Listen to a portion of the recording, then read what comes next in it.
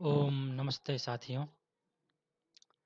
संस्कृतम नः गौरवम नामक इस यूट्यूब चैनल में आप सभी का हार्दिक स्वागत है। मैं आचार्य अर्जुन प्रतिदिन की भांति ही आज भी असंधि के कुछ सूत्रों को लेकर के आपके समक्ष उपस्थित हुआ हूँ। तो आज की कक्षा को प्रारंभ करते हैं। लघु सिद्धांत कौमुदी असंधि प्रकरण।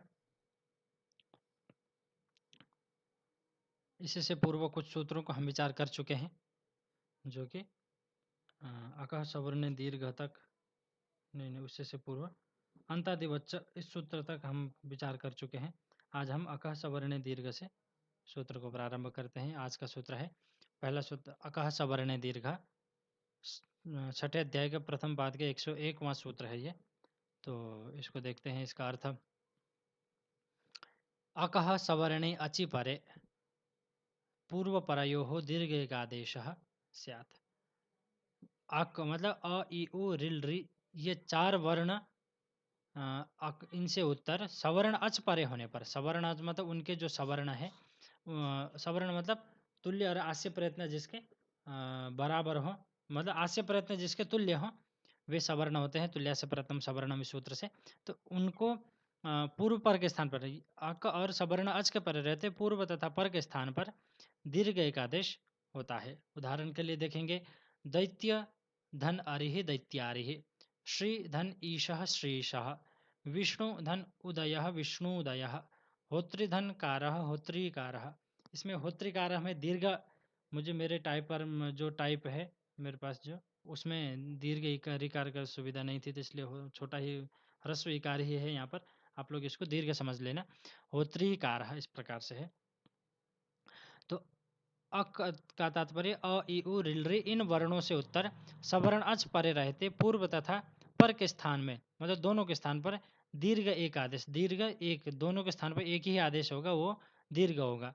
भवती यथा दैत्य धन अरिहि दैत्यारिहि, दैत्य में अकार और अरि का आकार ये दोनों मिलकर के सवर्ण दीर्घ होकर के एक ही दैत्यारि ऐसा बना। श्री धन ईशः श्रीशः, विष्णु धन उदय विष्णुदय, और होत्रिकारक मैंने यहाँ पर नहीं दिया है क्योंकि उसका दीर्घ वाला यहाँ पे टाइप में नहीं था, इसलिए कीबोर्ड में मुझे प्राप्त नहीं हुआ, इसलिए इसके लिए मैं क्षमा प्रार्थी हूँ। तो हम आगे देख सकते हैं। ये इतना ही है। अका सवर्ण दीर्घ इतना ज़्यादा कठिन सूत्र नहीं है कि सवर्ण अच के परे, तो इसको सवर्ण दीर्घ संधि भी कहते हैं। तो दैत्य धन अरि दैत्यारि इत्यादि इसका उदाहरण बनेगा। श्रीशः विष्णुदय, जो भी अक से उत्तर सवर्ण अच के परे रहते पूर्व तथा पर के स्थान पर, दोनों के स्थान पर एक ही दीर्घ एक आदेश हो जाता है। तो सामान्य है ये, इसमें कोई विशेष नहीं है। तो एंगा पदांतादति देखते हैं। छठे अध्याय प्रथम पाद 109वां सूत्र है ये। इसका अर्थ इस प्रकार है कि पदांताद एंग अति परे, पदांत एंग से उत्तर अत के परे रहते पूर्व तथा पर के स्थान पर क्या होता है, पूर्व रूप में एक आदेश होता है। पूर्व रूप एक आदेश होता है पूर्व तथा पर के स्थान, दोनों के स्थान पर एंग से उत्तर अत के परे रहते। यहाँ पे अत यथा प्रकरण है, आगे आपको पता लग जाएगा। हरे अव हरेव, विष्णु अव विष्णु अव, दोनों ही ए और ओ एंग में आते हैं, और आगे अत है, अव और अव दोनों में अव अव है, तो इसलिए यहाँ पर पूर्व रूप होकर के हरेव विष्णुव ऐसा रूप सिद्ध हुआ। तो इसको देख सकते हैं पूरा। पदांत एंग वर्ण से उत्तर, पदांत जो है एंग वर्ण है, उससे उत्तर ह्रस्व आकार के परे होने पर, ह्रस्व आकार परे हो तो पूर्व पर के स्थान पर, पूर्व तथा पर के स्थान पर पूर्व रूप एक आदेश होता है। वही मैंने अभी बताया हरेव। यहाँ तपर करण, सॉरी कारण लिखा हुआ, इसमें करण है, तपर करण है, अतः ह्रस्व आकार आकार ही ह्रस्व आकार ही पर में होने पर, ह्रस्व आकार ही पर होने पर, ये इस सूत्र पर होने चाहिए। इस सूत्र की प्रवृत्ति होगी। एचो यवा यावा इस सूत्र का अपवाद है। हरे अव, इस स्थिति में एचो यवा यावा से अवादेश की प्राप्ति में इसने पूर्व रूप एक आदेश कर दिया। एचो यवा यावा सूत्र का ये अपवाद सूत्र है। हरे प्लस अव हरे व, यहाँ पर एचो यवा यावा सूत्र की प्राप्ति में प्रकृत सूत्र ने पूर्व रूप किया। प्रकृत सूत्र मतलब इंग पदांतादति सूत्र ने पूर्व रूप करके हरेव ऐसा ध्यातव्य। इस सूत्र की प्रवृत्ति पदांत एंग में ही होगा। यदि पदांत एंग नहीं होगा तब इसकी प्रवृत्ति नहीं होगी।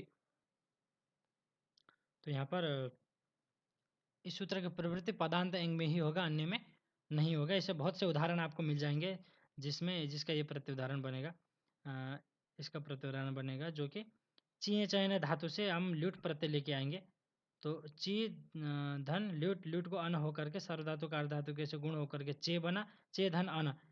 इस स्थिति में यहाँ पे पूर्व रूप यहाँ पर नहीं होगा, क्योंकि चे ये पदांत नहीं है। पदांत न होने के कारण यहाँ पर वो पूर्व रूप न होकर के इसमें अयादेश अवादेश होकर के अयादेश होकर के चयन ऐसा रूप सिद्ध हो जाएगा। तो ये तात्पर्य यह है कि इस सूत्र की प्रवृत्ति केवल पदांत एंग में ही होगा, अन्यत्र नहीं होगा।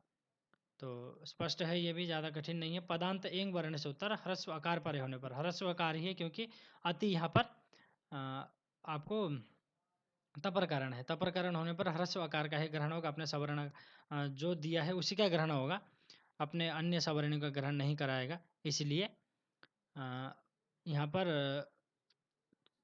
ह्रस्वकार परे होने पर ही इस सूत्र की प्रवृत्ति होगी। हरे अव हरे व एचो या या के यह अपवाद सूत्र है। स्पष्ट है सभी को। आगे चलते हैं। अगला सूत्र है सर्वत्र विभाषा गोः। सर्वत्र विभाषा गोः इस सूत्र इति प्राप्त इस प्रकार से लिखा हुआ है इसमें अपने, सॉरी ये एक मिनट, यहाँ पर इति प्राप्ति जो लिखा हुआ है ये यहाँ पर नहीं होना चाहिए था। आगे अनेकाक्षित सर्वस्व के आगे होना चाहिए था, तो ये गलती से शायद ऊपर प्रिंट हो गया। तो हम इतने ही देखते हैं। सर्वत्र विभाषा गोः, छठे अध्याय प्रथम पाद 122वां सूत्र है। तो इस सूत्र का अर्थ देखते हैं।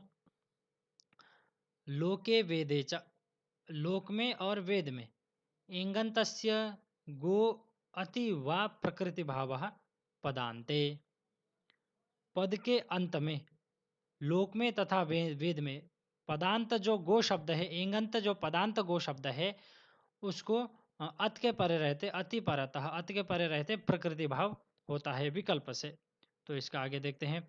उदाहरण इसका होगा गो अग्रम, गोग्रम, एंगंत से किम चित्रग्वग्रम, पदांत किम गो। अब इसको समझते हैं आगे हिंदी अर्थ के साथ। पद संचय गो शब्द के अंत में विद्यमान एकार तथा ओकार से उत्तर ह्रस्व आकार परे होने पर, ये इसमें भी पिछले सूत्र से अत की अनुवृत्ति है, तो इसलिए ये भी तपरकरण वाला आता है, इसलिए ह्रस्व आकार का यहाँ पर भी ग्रहण होगा। तो कहते हैं कि ह्रस्व आकार परे होने पर लोक में तथा वेद में विकल्प से प्रकृति भाव होता है।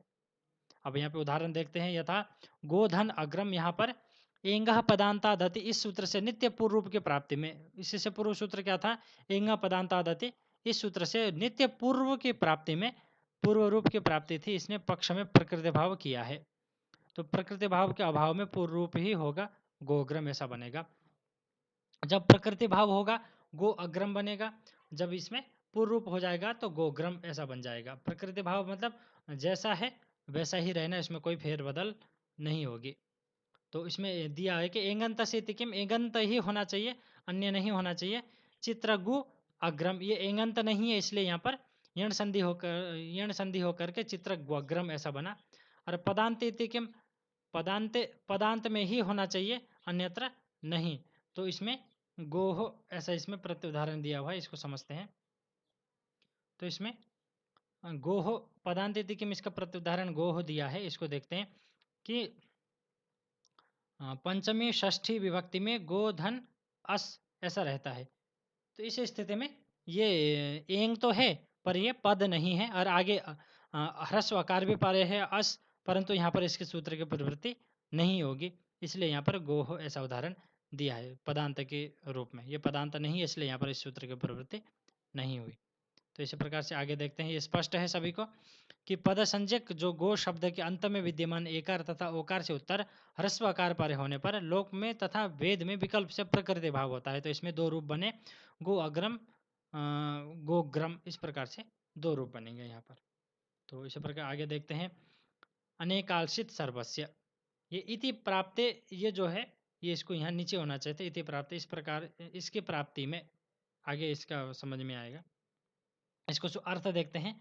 अनेकाल, अनेकाल आदेशः सित आदेशः च, अनेकालादेशः सिदादेशः च स्थानिनः संपूर्णस्य स्थाने भवति।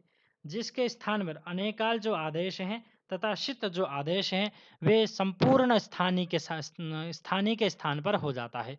जिसके स्थान पर ये आदेश कहेंगे वो संपूर्ण के स्थान पर हो जाता है। अलुन्त्य से इस सूत्र का अपवाद है ये, क्योंकि अलुन्त्य से षष्ठी निर्दिष्ट जो भी कार्य होगा अंतिम अल के स्थान पर बोला है, परंतु जो भी यदि आदेश जो अनेकाल होगा अथवा शित होगा तो ये सबके स्थान पर सर्वस्व स्थाने भवति, ऐसा ये कह रहे हैं।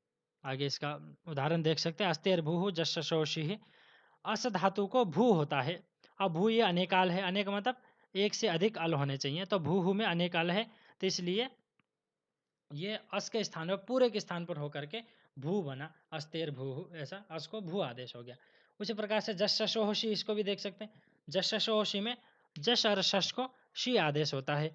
अब यहाँ पर वैसे तो अलौंत्य से इस नियम से अंतिम जश के अंतिम अल के स्थान पर होना चाहिए था, परंतु शित ये आदेश होने के कारण जश और शश पूरे संपूर्ण के स्थान पर शी आदेश हो जाता है। धनानी वनानी इत्यादि इसके रूप बनते हैं। तो ये स्पष्ट है। आगे देखते हैं इसका। अनेकाल आदेश तथा शित आदेश संपूर्ण स्थानिक के स्थान में होता है, पर होता है। यहाँ अस्तेर भू, यहाँ पर अस के स्थान में भू होता है। आदेश अनेकाल होने के कारण अस संपूर्ण के स्थान पर स्थान में हुआ। जस शशोह शी यह शिदादेश होने के कारण संपूर्ण स्थानिक पर हुआ। जो भी है जस और शश ये संपूर्ण स्थान पर हुआ है, ये स्पष्ट है।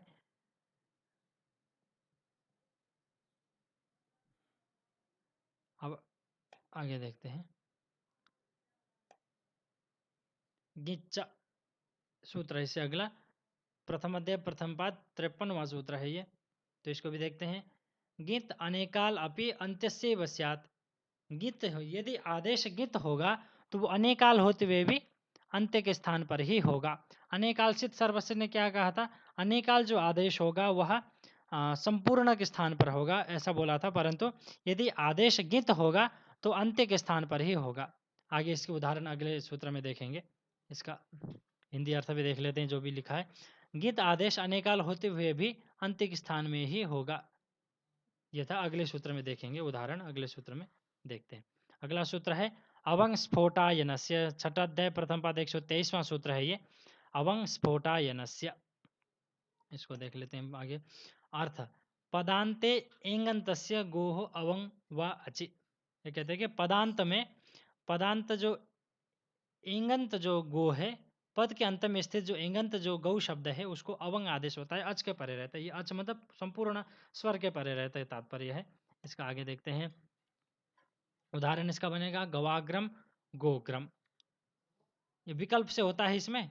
तो जिस पक्ष में अवंग आदेश होगा गवाग्रम बनेगा, जिस पक्ष में अवंग नहीं होगा तो गोग्रम, ये पूर्व रूप होकर के एंग पदांत आदति से पूर्व होकर के बनेगा।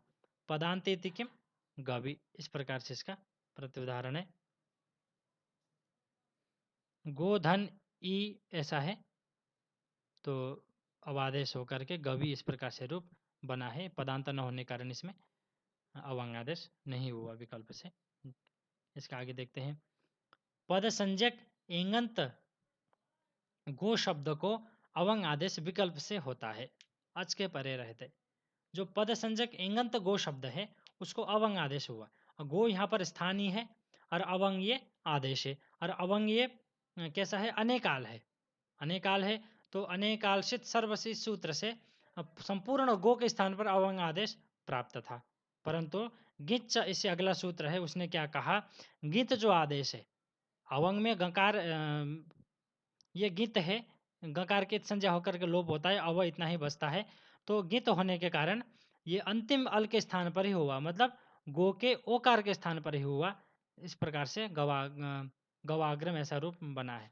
आगे देखते हैं क्या लिखा आज का पर रहते हैं। अनेकाल से सर्वस्व, इस सूत्र के नियम से गो संपूर्ण के स्थान में अवंग आदेश प्राप्त था, पर गिच्च इस सूत्र ने कहा कि गित जो आदेश होगा वो अनेकाल होते हुए भी अंत्य के स्थान में होगा, अतः गो शब्द के ओकार के स्थान में हुआ। गोधन अग्रम ओ के स्थान पर अवंग होकर के सिद्ध हुआ। अभाव पक्ष में एंग पदांत आदति से पूर्व रूप हुआ। जब अभाव पक्ष होगा, जिस पक्ष में अवंग आदेश नहीं होगा, उस पक्ष में पूर्व रूप होकर के गोग्रम ऐसा ही रूप बना, और पक्ष में गवाग्रम, जब अवंग होगा तो गवाग्रम ऐसा रूप बन जाएगा। तो स्पष्ट है ये भी। पदांत पद संज्ञक इंगंत जो गो शब्द है उसको अवंग आदेश होता है। अनेकालसित सर्वस्व से संपूर्ण के स्थान पर प्राप्त था, परंतु गिच सूत्र ने अंत्याल के स्थान पर करके गो अग्रम गो अग्रम गवाग्रम अवांग आदेश अवंग हो गया अव, तो गव गव और अग्रम गवाग्रम इस प्रकार से सिद्ध हुआ। आगे देखते हैं अगला सूत्र। इंद्रे च नित्यम, इस प्रकार से सूत्र है। तो इस सूत्र पर विचार करते हैं। इंद्रिय च नित्यम, छठा अध्याय प्रथम पद 124वां सूत्र है ये। आगे इसका अर्थ देख लेते हैं। नित्यम गोर अवंग स्याद इंद्रे, यदि इंद्र शब्द परे हो तो गो को नित्य ही अवंग आदेश हो जाता है। अब इससे पूर्व सूत्र ने क्या कहा था, अच के परे रहते गो को यदि पदांत में यदि एंग हो तो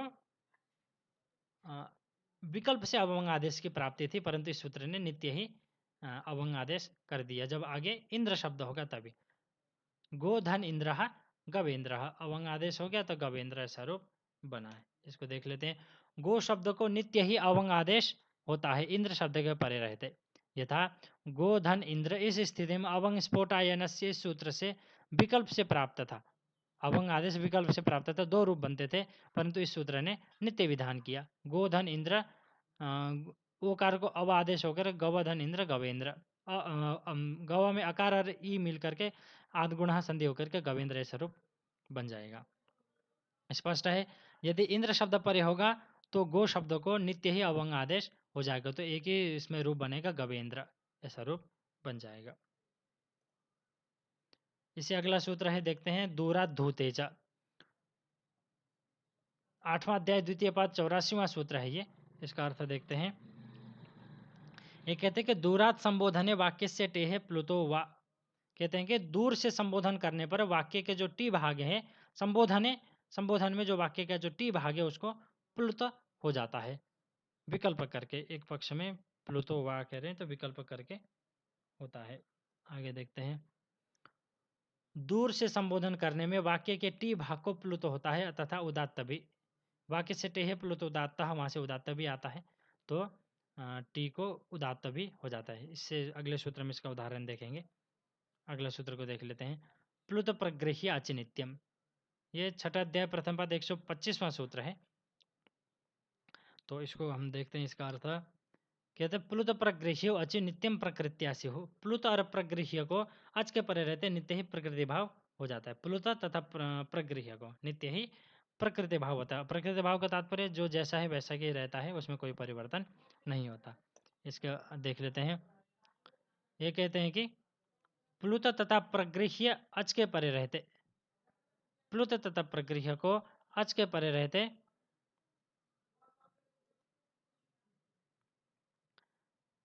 प्लुत तथा प्रगृह्य अच के परे रहते नित्य ही प्रकृति भाव होता है। तो इसका उदाहरण हम देख सकते हैं। यहाँ पे अभी केवल प्लुत का देखेंगे, प्रगृह्य का अगले सूत्र में देखेंगे।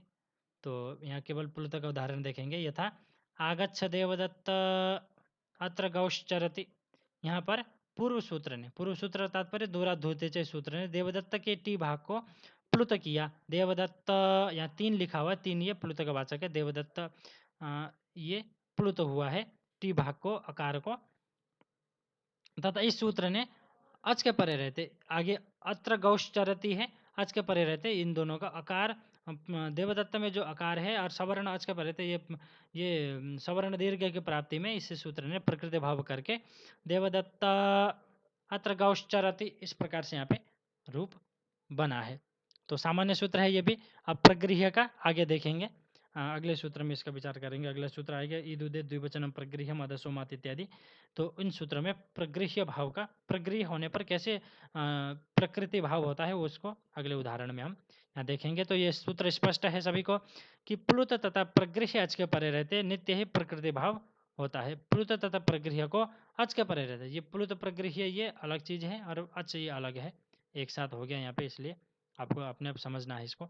प्लुत तथा प्रगृह्य जो संज्ञक है उसको अच के परे रहते नित्य ही प्रकृति भाव होता है। तो देवदत्त अत्र गौश्चरति या देवदत्त अत्र न्वासी इत्यादि उदाहरण आता है इनमें। तो इस प्रकार से आज की कक्षा भी समाप्त होती है। तो आप सबको स्पष्ट है।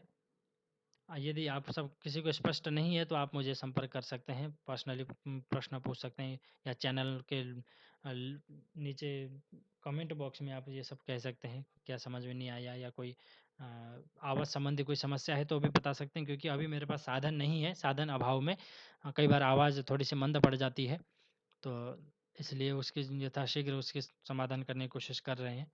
और बाकी जो भी समझ में नहीं आएगा आप मुझे संपर्क कर सकते हैं, और इसकी पीडीएफ यदि किसी को चाहिए तो वो भी मुझे संपर्क कर सकते हैं।